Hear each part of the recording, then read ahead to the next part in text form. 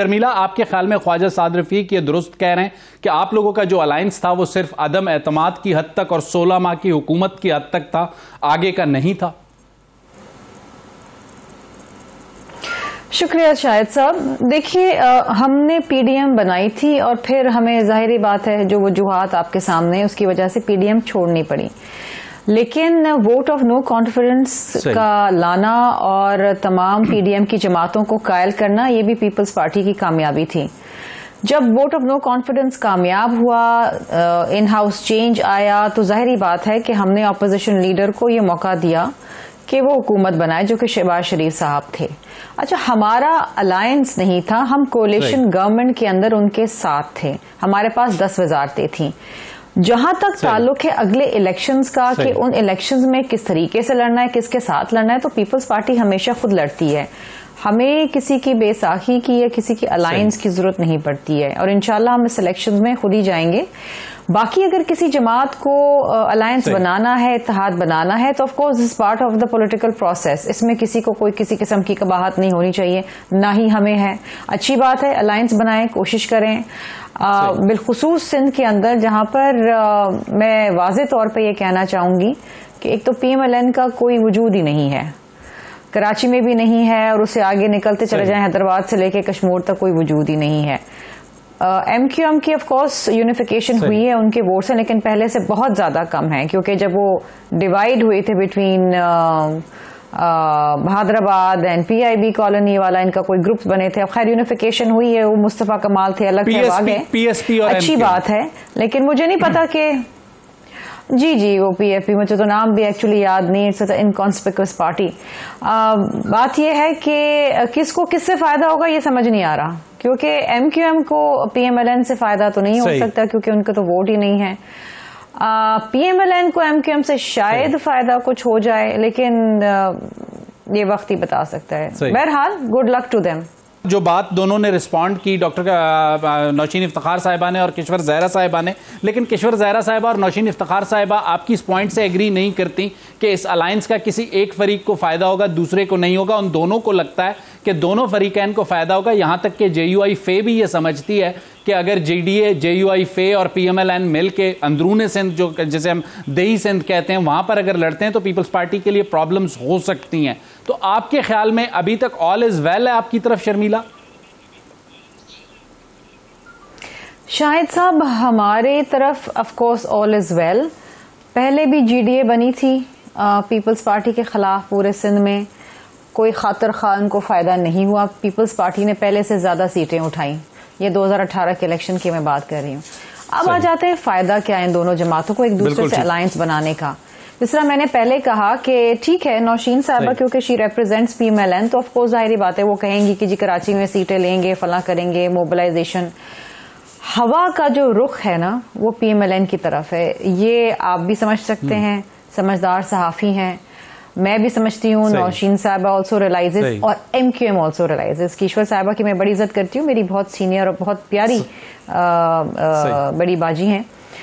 बात यह है कि एमक्यूएम को क्या फायदा होगा पीएमएलएन से अलायंस करने का सिंध में?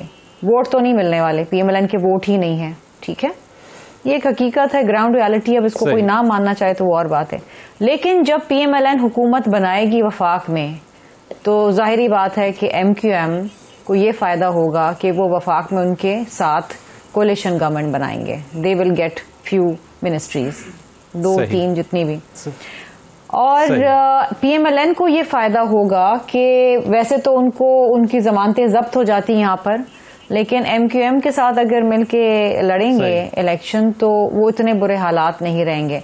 वो अपना कैंडिडेट्स खड़े करेंगे कहीं और फिर वो ये कहेंगे कि जनाब यहाँ से एमक्यूएम खड़ी हो रही है तो इनकी सीट ज्यादा है, वोट ज्यादा है, तो हम अपना बंदा बिठा रहे हैं। ये होगा कराची के अंदर बिलखुसूस। यहाँ से पीएमएलएन ने कोई सीटें नहीं जीतनी, मे भी शायद एक आध जीत लें, बट ऐसी कोई वो नहीं है।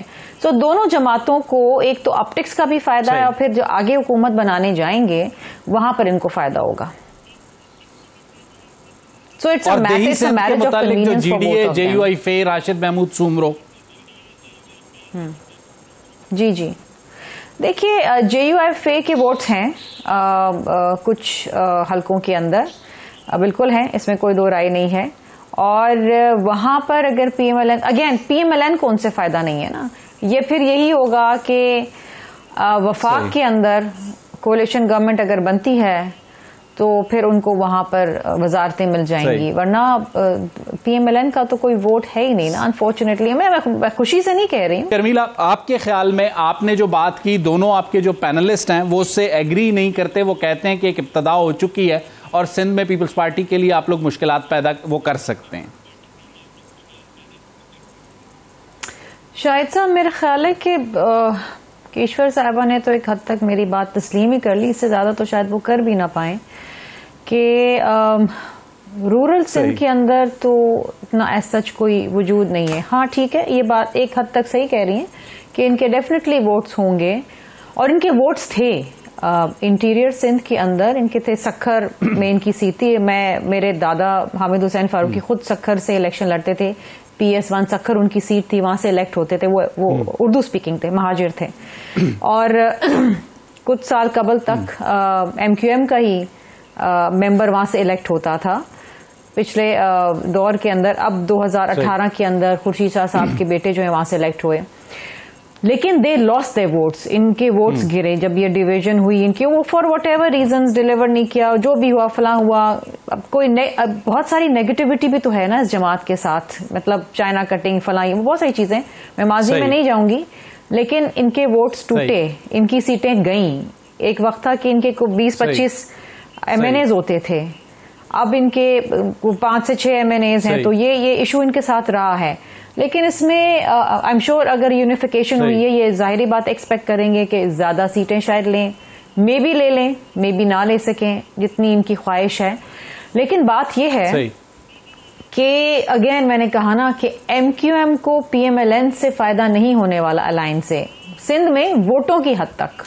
मैंने कहा ना कि हवा का जो रुख है वो हम सबको नजर आ रहा है। लेकिन शर्मिला, अगर एक सवाल आपकी इजाजत तो जब वो लाडला हुकूमत बनाएगा तो इनको वजारतें मिल जाएंगी वफाक में। जी बिल्कुल ठीक हो गया। अगर शर्मिला एक सवाल आपके सामने रखूं, जो किश्वर ज़हरा साहिबा ने बात की मौरूसियत की, मैं ये सवाल शर्मिला के सामने रखना चाहूंगा कि देही सिंध में आप परफॉर्मेंस की बुनियाद पर रूल कर रहे हैं, या जो किश्वर ज़हरा साहिबा कह रही हैं कि जैसे एक इल्ज़ाम पाकिस्तान पीपल्स पार्टी पे लगता है कि देही सिंध पे उसका ये कंट्रोल जो है वो चंद जागीरदारों, चंद वडेरों की वजह से है? शायद साहब, मैं आपको एक हकीकतन बात बताऊं, अब जागीरदारी का दौर रहा नहीं है। इतने फैमिलीज के अंदर डिविजन हो गई हैं, बच्चों के बच्चे के वो होल्डिंग्स कम होती गई। मेरी अपनी नाना की जमीनें थी जो मैंने विरसे में इनहेरिट करी हैं। मैं आपको बताऊं कि आप बड़े बाशऊर लोग हैं, ये किसान भी बहुत बाशऊर हैं, इनको मालूम है।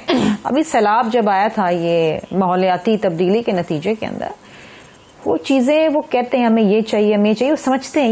यहाँ आप वो जमाने चले गए कि आप जागीरदारी का नाम लेके या आप जंजीरें बांध के आप वोट दिलवा दें, वो सिचुएशन नहीं है।